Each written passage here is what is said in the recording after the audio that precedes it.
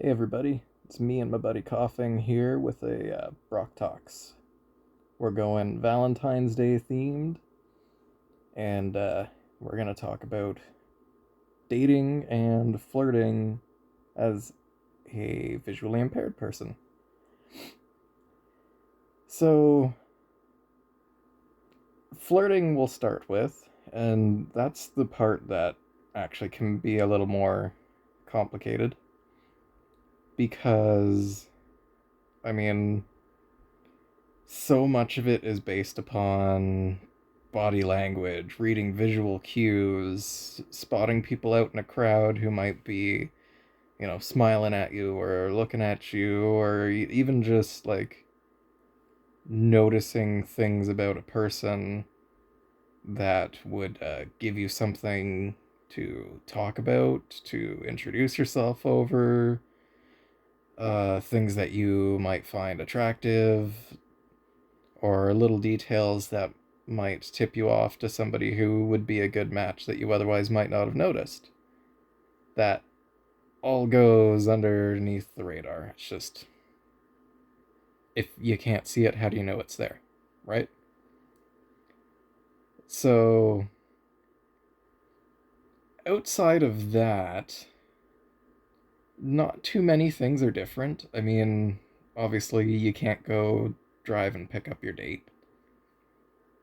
And that can be, sometimes that's annoying. Sometimes that can lead to some interesting adventures if you get lost in the bus system or whatever, which I've done many a times, especially if you're in a different city. That can always be interesting too. Uh, but besides that, there's not really too many things that are too terribly different. It's just harder to notice people. It's harder to get out there. There's a lot more subtle things that you're going to miss in communicating with people, period. So, missing a lot of things can kind of give an advantage, though. You know, I don't really notice, like, people will be like, oh, I've got so many wrinkles. I don't see them.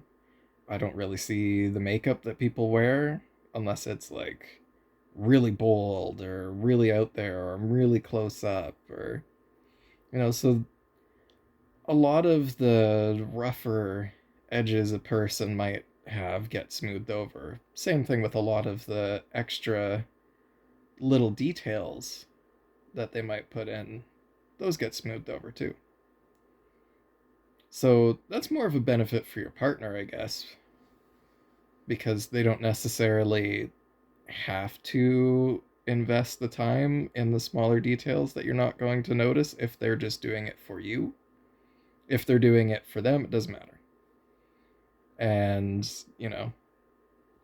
in that case, it doesn't matter for you anyway. I mean, it's not like I would be with somebody and be like, well, you would be beautiful except for those wrinkles. I'm not that kind of an asshole. I'm a different kind.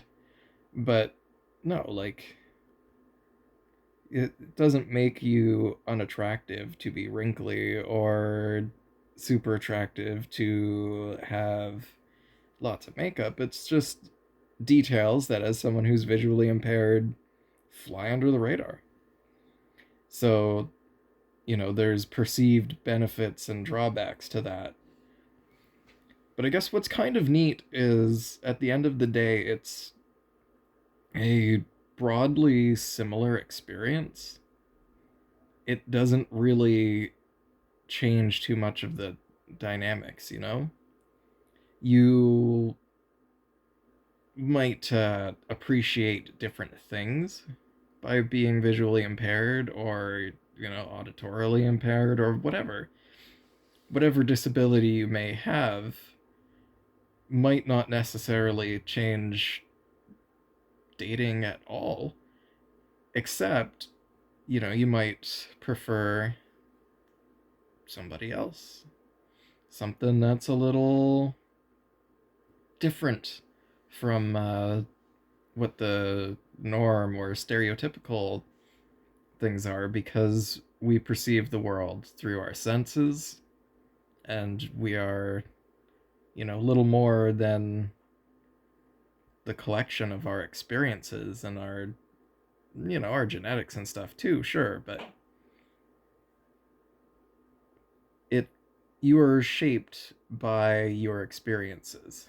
And if you experience things differently, you will be shaped differently.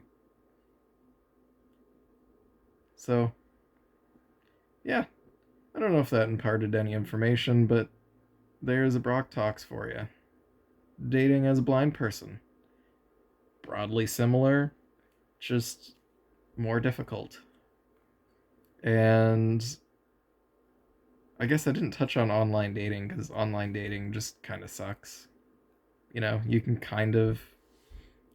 it can work for some people, for some goals, in some scenarios, with a lot of, good and bad. But yeah, on the whole, online dating sucks. So I guess that's why I didn't really mention it, because it doesn't really level the playing field at all for anybody, let's be honest.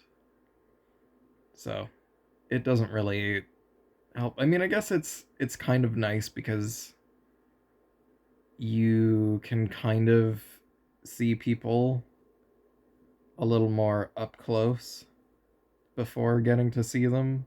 But yeah, take care, everybody. See you later.